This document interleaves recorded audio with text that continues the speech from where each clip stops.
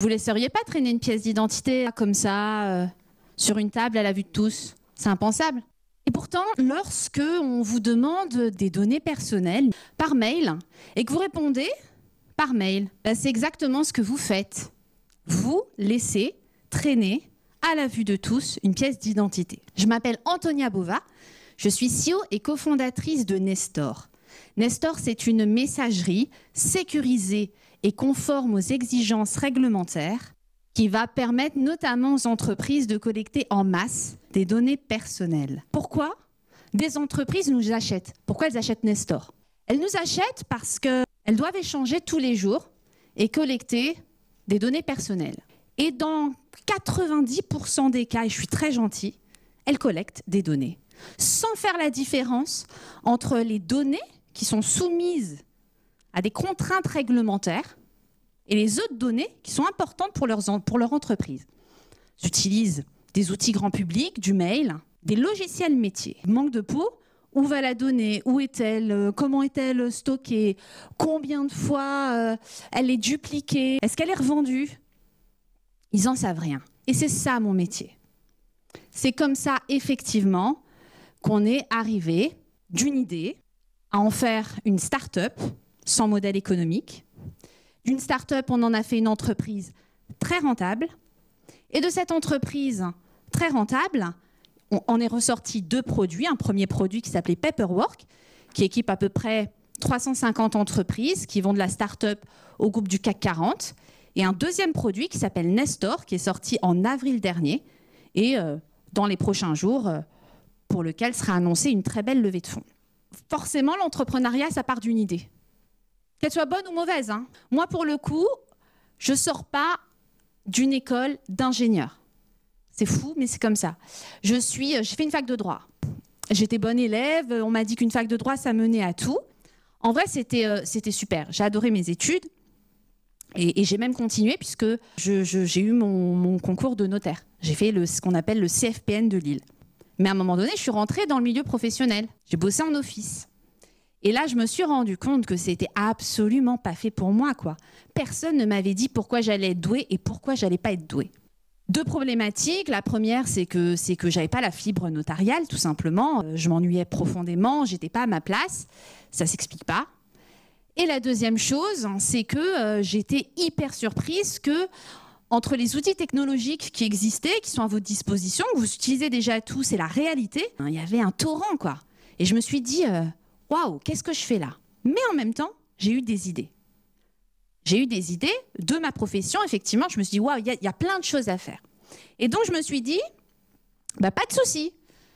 Je vais révolutionner tout ça, je vais monter une boîte où je vais créer une expérience utilisateur et je vais transformer le métier de notaire. Voilà mon idée. Bon, entre l'idée et la transformation, j'ai appelé mes parents, je leur ai dit je démissionne parce que choisir, c'est renoncer. Et là, ils n'ont pas compris, vous imaginez. Ils avaient financé des études pour leur fille, ils avaient déjà dit à tous leurs amis qu'elle allait devenir notaire. Et moi, je montais une boîte dans la tech et j'y connaissais rien. Franchement, il y avait de quoi flipper. Ben, je l'ai fait quand même. Et là, on passe à la transformation. La transformation, c'est choisir un endroit pour développer son idée. Vous êtes bien ici, vous êtes à l'IESEG, d'autres sont peut-être étudiants d'ailleurs. Ben moi, je n'avais pas ces bagages-là. On ne me les avait pas donnés à l'époque. Je sortais de fac de droit quand même. Donc, j'ai intégré Euratechnologie, qui est un super écosystème des Hauts-de-France. Et Euratech m'a tout apporté. Parce qu'effectivement, je sortais de fac de droit, donc j'étais hyper condescendante. Donc, je suis arrivée à Euratech pour un programme d'incubation qui durait 3 mois. 2 réalités. La première, ça sert à quoi l'incubation?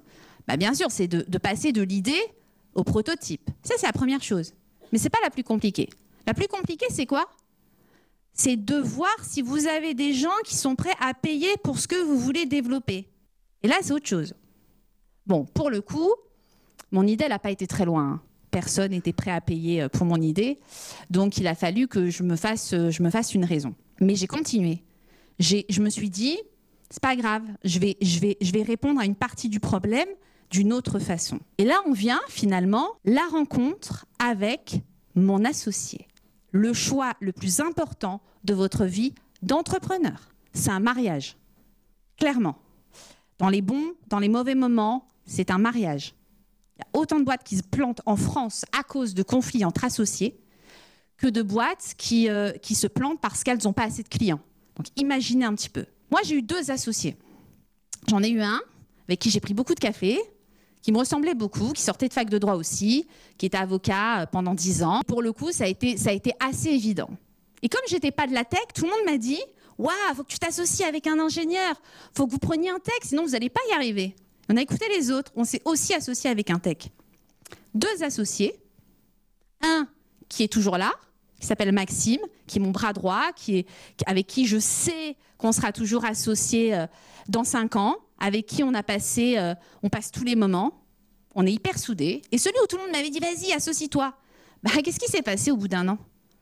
Il est venu nous voir et il nous a dit « Oula, moi, l'entrepreneuriat, c'est pas mon truc. Je n'ai pas la fibre entrepreneuriale, moi, je veux retourner sur le marché du travail, avoir la sécurité de l'emploi. » Le problème, c'est qu'il avait travaillé pendant 1 an. Je vous rappelle, l'association, c'est un mariage. Donc, il a fallu lui rembourser toutes les heures qu'il avait passées sur le projet. C'est pour vous dire que l'association, c'est quelque chose qui a des conséquences financières, qui a des conséquences humaines. Avec Maxime, on a fait un emprunt tout simplement et on lui a remboursé les heures qu'il avait passées. C'est pas grave, ça fait partie de l'histoire. Ce qui est important, c'est de pouvoir se regarder dans le miroir et d'avancer sereinement et de continuer à prendre des bières ensemble. On a continué à nous développer, puis il a fallu aller chercher une équipe. Des gens qui ont envie de nous rejoindre. On est une start-up, hein. C'est pas si évident d'aller chercher des gens qui ont envie de vous rejoindre.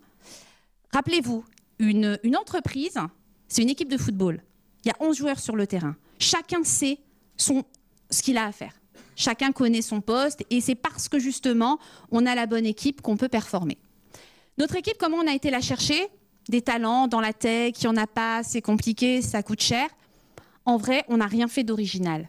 C'est notre réseau qui nous a amené les gens avec qui on travaille aujourd'hui. Le réseau, on le fait quand on n'en a pas besoin.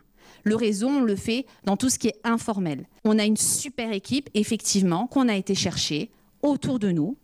Et bien sûr sur LinkedIn, tous les cafés avec toutes les personnes qui ont envie de discuter avec vous. Et puis on se dit, viens dans l'équipe, ils viennent et ça se passe bien. Bon, il y a eu plein d'erreurs aussi de casting. On n'est pas là pour parler de ça. Ça fait partie de l'histoire. Et justement, un entrepreneur qui a levé beaucoup d'argent, qui est un grand entrepreneur, m'a dit, tu sais, tu comprendras ce qu'est entrepreneur quand tu auras une équipe de 10 personnes et que tu te lèveras la nuit en sursaut parce que tu ne sauras pas comment les payer. Il avait raison, mais pas pour les raisons que j'imaginais. Il avait raison parce que c'est à ce moment-là qu'on découvre notre capacité à trouver des solutions auprès de nos clients, nos partenaires, même nos futurs associés.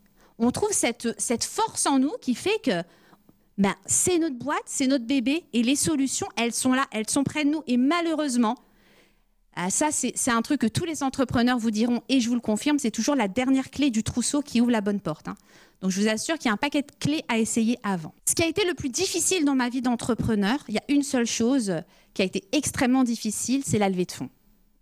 Voilà, c'est ça. J'ai mis 1 an et demi, j'ai fait un gros roadshow, ça a été usant, ça a été compliqué, ça a été difficile avant d'arriver à aller chercher les bonnes personnes. C'était compliqué parce que c'est pas si évident que ça d'aller chercher 1,5 million d'euros, contrairement à ce que tout le monde vous racontera.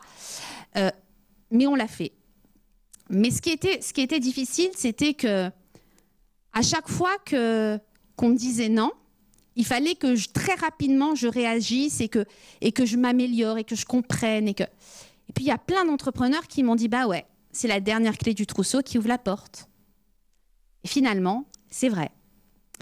Donc, ce que je veux vous dire, c'est que c'est la plus belle aventure qu'on peut vivre, l'entrepreneuriat. Franchement, les boîtes de demain, elles n'existent pas encore, sinon ça se serait. C'est semé d'embûches, bien évidemment. Mais vous avez tous les ressources en vous pour aller résoudre ces problèmes les uns après les autres. Donc, si vous avez une idée, peu importe le moment, peu importe que ce soit la bonne, dès lors qu'elle vous anime suffisamment pour vous lancer dans l'entrepreneuriat, soyez au bon endroit pour développer votre boîte. Le réseau, c'est trop important. N'oubliez pas, associez-vous bien, vous irez 10 fois plus vite. N'oubliez pas, vous ne ferez rien sans une super équipe. Et puis enfin, ouais, vous allez vous planter. Oui, vous allez rencontrer plein de problèmes, mais c'est comme ça que vous allez devenir des entrepreneurs. Pas de problème, pas d'entrepreneuriat. Je souhaite bonne chance à tous. Merci beaucoup.